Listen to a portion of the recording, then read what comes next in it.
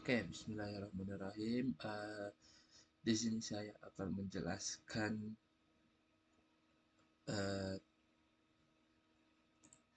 video project dari aplikasinya. Di sini kita sudah memiliki aplikasi Sword Security, di mana aplikasi ini bertujuan untuk mempermudah setiap anggota atau setiap petugas untuk melakukan pencatatan, yang dimana pencatatan untuk yang sekarang masih bersifat manual, jadi mana bersifat manual itu sangat membuat para petugas dari setiap jaga atau setiap pos itu keribetan untuk melaporkan setiap kejadian. Nah, di sini kita sudah ada aplikasinya atau websitenya. Di sini tertera dari email dan juga ada password. Nah, di sini ketika kita masukkan dari admin untuk admin dan juga passwordnya, ketika kita tombol klik login, dia akan memproses, dan dimana proses itu akan berpindah ke from dashboard. Nah, di from dashboard ini terdapat ada beberapa, seperti ada kalimat selamat petugas, komandan supervisor. Di sini ada total personal aktif, ada laporan patroli harian, dan juga total insiden bulan ini. Dan di sini juga ada tindak prioritas sistem, yang dimana sini menggunakan metode proses topsis dan juga top personal bulan ini, atau kita menggunakan metode SAW. Nah, di sini kita berada pada hak akses sebagai komandan supervisor. Nah, komandan supervisor di sini bisa melakukan apa saja. Yang pertama, di sini dia bisa melihat absen untuk setiap kehadiran petugasnya.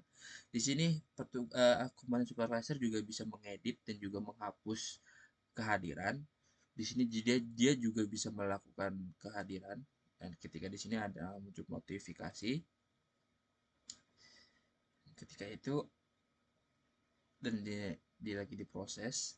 Nah, di sini akan bertulisan berhasil absen masuk pada jam sekian sekian, dan di sini ada tertera dari komandan supervisor ya. Dan di sini di komandan supervisor juga memiliki tambah anggota, fitur tambah anggota yang hanya bisa diakses oleh komandan supervisor saja. Di dalam uh, halaman tambah anggota, di sini ada fitur tambah anggota baru. Nah, di sini ada tambah anggotanya. Kita akan mencoba untuk misalnya tambah anggotanya. Misalnya kita buat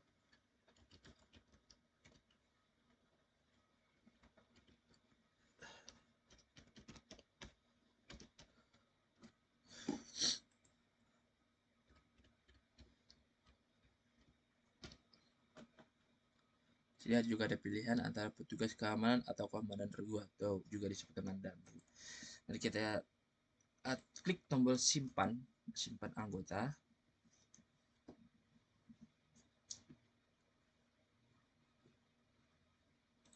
Dia akan menambahkan personel. Nah, sini tadi usin.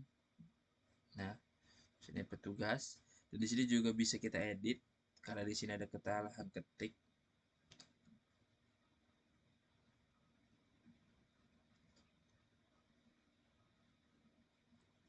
Nah, di sini kita bisa ngedit tadi untuk namanya. Nah, di sini password akan ada tulisan password baru, kosongkan jika tidak ingin diganti. Di sini kita update anggota, dia akan memproses, dan di sini akan tertulis data anggota berhasil diperbarui, dan kita lihat, oh tetap sama saja.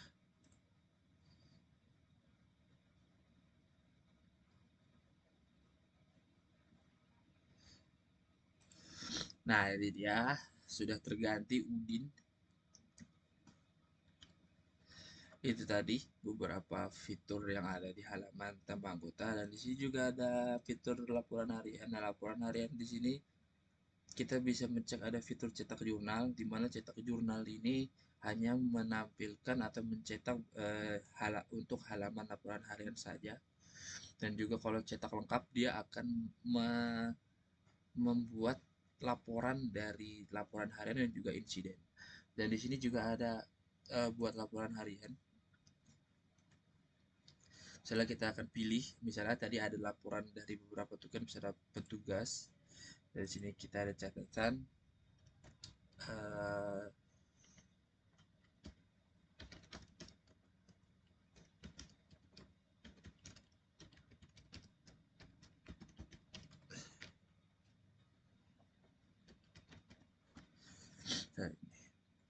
Nah, di sini ada jam laporan juga. Di sini ada unggah foto bukti, ini opsional jika memang ada beberapa kejadian atau memang dibutuhkan untuk bukti. Di sini kita bisa menaruh gambar, tapi karena ini tidak ada buktinya atau fotonya, jadi kita langsung saja ke simpan laporan.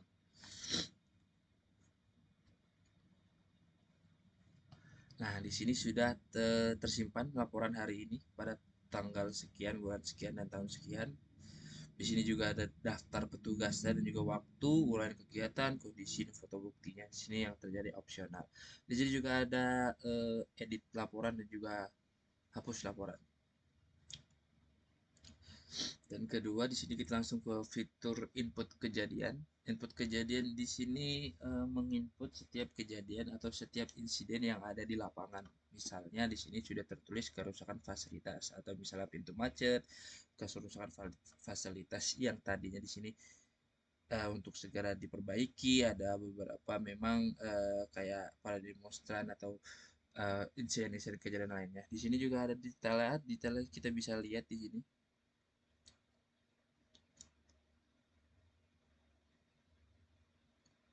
Nah, fitur detail ini akan uh, melihat lebih rinci kejadian setiap uh, kronologi atau tindakan penyelesaiannya.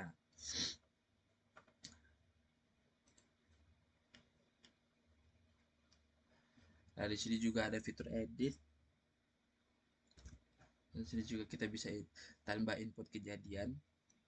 Nah, di sini kita bisa pilih tugas Udin, insiden kejadiannya, misalnya kerusakan fasilitas, uh, nah, contoh penyelesaiannya.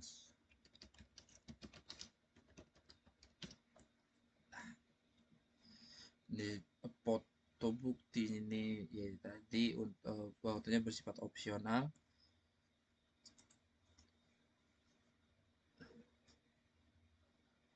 Nah, di sini sudah tercatat di sini waktu dan pelapor, jenis insiden, dan kronologi singkatnya. Ini juga ada data inventaris. Data inventaris ini adalah data yang dimana setiap laporan barang itu dilaporkan untuk melihat kondisi dan juga setiap estimasi harga dan setiap kategorinya. Uh, di dalam fitur data inventaris juga ada beberapa tombol button seperti edit dan juga hapus dan juga ada tambah barang. Nah, di sini ada analisis topsis. Analisis topsis ini di mana setiap uh, barang yang memiliki kondisi usia atau estimasi harga diakumulasikan mana barang yang harus ditindaklanjut lebih cepat. Misalnya seperti ini karena memang kondisi barangnya rusak, udah usia 6 tahun dan juga harga 1.000 dan HT untuk sering dipakai dalam personal lapangan, jadi dia disarankan oleh metode untuk segera diganti atau segera ditindaklanjuti. Dan di sini ada penilaian kerja SAW.